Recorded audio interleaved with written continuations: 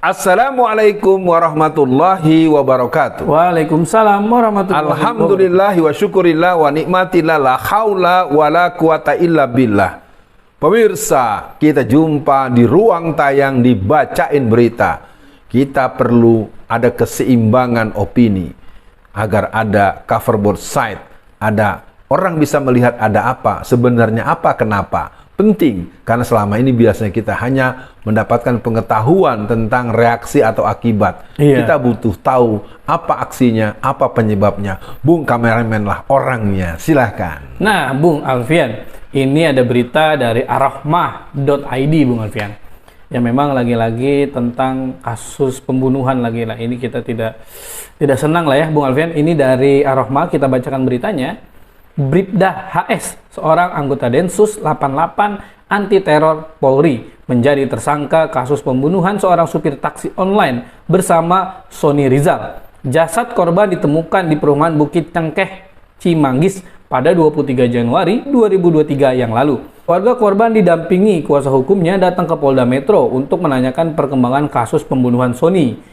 Dalam kesempatan itu, kuasa hukum keluarga korban Jundri R. Berutu mengungkapkan bahwa pelaku pembunuhan Sony adalah seorang anggota Densus 88. Kabid Humas Polda Metro Jaya Kombes Truno Yudo Wisnu Andiko membenarkan hal tersebut. Ia pun menyebut HS telah ditetapkan sebagai tersangka dan dijerat pasal 338 KUHP. Bagaimana respon awalnya, Bung Alfian? Ini bukan soal sederhana ya.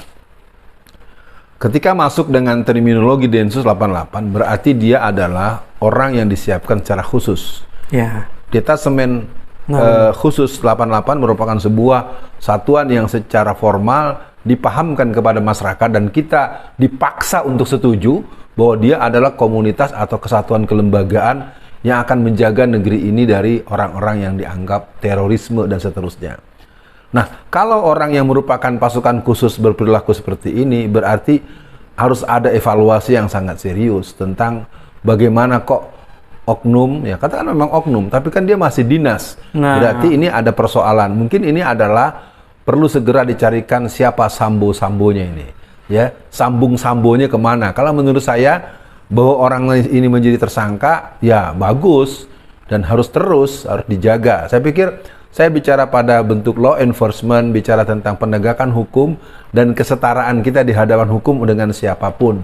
Jadi kepada pihak keluarga, ya kita sama-sama berduka dengan matinya, meninggal dunianya Pak Sony sebagai seorang sopir ya. Sopir apa tadi, Bang kameramen?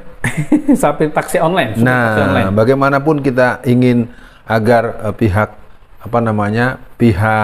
pengacara ya, penasihat hukum juga agar bertahan, dan kepada Pak Truno Yudo dari pihak Kadif Humas Polda Metro Jaya, Anda sudah mengumumkan bahwa itu terkonfirmasi bahwa pelakunya adalah yang bersangkutan dan yang bersangkutan sudah jadi tersangka dengan tuntutan pasal yang tadi disebutkan 338 atau apa berapa tadi. Intinya kita berharap pembicaraan ini menjadi bagian daripada kita punya jarak yang sama di hadapan hukum. Siapapun kamu, siapapun aku, siapapun kita akan menegakkan hukum, dan kelihatannya ini ada dalam film-film saja, Bung kameramen. Nah, Bung Alfian, memang kita berduka dengan dengan mudahnya gitu nyawa orang direbut gitu, Bung Alfian. Nah, kalau kita lihat lagi dari berita lain, Bung Alfian, dari infodepok _ID ini di Instagram, Bung Alfian. Supir taksi online di Depok tewas dibunuh anggota Densus 88 anti teror. Supir taksi online Sony Rizal Tahitu dibunuh saat mengantar penumpang ke kawasan Cimanggis. Innalillahi. Ini saat mengantar penumpang ya. Seorang anggota Densus 88, Bribda HS, ditangkap karena diduga terlibat dalam pembunuhan tersebut.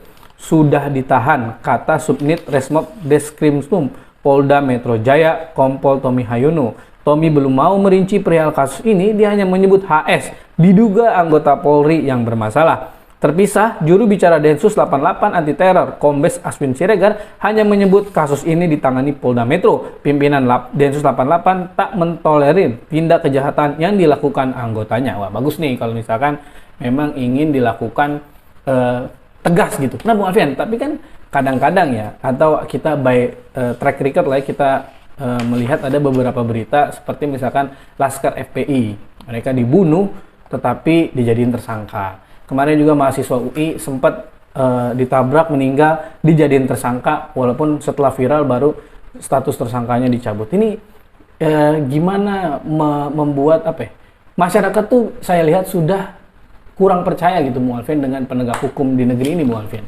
Dalam pengalaman saya selama menjalani hukuman dengan vonis 4 tahun itu, saya bertemu dengan orang-orang dengan beberapa kasus. Sambil contoh aja, ada seorang bapak fulan. Dia kebetulan ditakdirkan Allah tidak sempat bersekolah, sehingga dia buta huruf. Bagaimana kemudian ada sebuah kejadian pembunuhan di sebuah tempat, itu adanya memang agak jauh dari Kepulauan Madura, ya, dan dia betul-betul buta huruf. Jadi ketika ada pembunuhan, lalu terjadinya ada korban sudah mati, lalu pihak aparat belum bisa mendapatkan siapa pelaku dari pembunuhan itu. Akibatnya bapak fulan ini ya katakanlah didaulat tanda kutip ya, dinyatakan sebagai tersangka, sebagai pelaku, dan kemudian dia disiksa dengan sangat kejam. Akhirnya dia mengakui bahwa dia telah membunuhnya, dan ketika di pengadilan dia kemudian mengatakan bahwa itu bukan, itu bohong karena saya diperlakukan dengan sangat keras sehingga saya tidak sanggup untuk mengatakan tidak kecuali iya. Nah, kemudian ketika dia sudah bersaksi di pengadilan bahwa dia menyatakan apa yang dinyatakan di BAP itu sebagai sebuah tekanan yang begitu keras. Nah, setelah persidangan itu dia diancam kembali dengan ancaman yang lebih keras lagi. Akibatnya dia masuk persidangan yang kemudian ini dia mengakui itu perbuatan dia. Nah, saya pikir buat pemirsa, buat Kapolri, buat Kadif Propam yang baru, buat seluruh jajaran kepolisian, saya Alfian Tanjung yang punya hubungan baik dengan kepolisian di tenggang waktu tahun 1998 sampai 2002, 5 tahunan boleh ditanyakan teman-teman di Polda Metro Tangerang, kami punya hubungan yang sangat mesra karena kami punya kesamaan menangkap gejala-gejala kebangkitan PKI saat itu, sehingga terjadi pertemanan yang cukup baik. Nah, untuk itu saya menghimbau untuk kasus-kasus hukum harus dilihat siapa, ada apa, pelakunya siapa, dan lakukan penanganan hukum secara ketentuan yang berlaku. Iya, Bung Alfian, memang yang Bung Alfian sampaikan betul. Jadi jangan sampai lah tiap hari ada oknum, itu kan jadi nggak bagus juga gitu Bung Alfian. Nah Bung Alfian, untuk akhir sesi kali ini Bung Alfian, apa nih pesan Bung Alfian untuk penegak hukum lah ya, yang kadang-kadang ya kita bisa melihatnya kok bisa mudahnya gitu loh ngebunuh orang. Kan kalau yang namanya mereka anggaplah dia bersalah, kan ditangkap dulu Bung Alfian, malah lebih enak kalau ditangkap.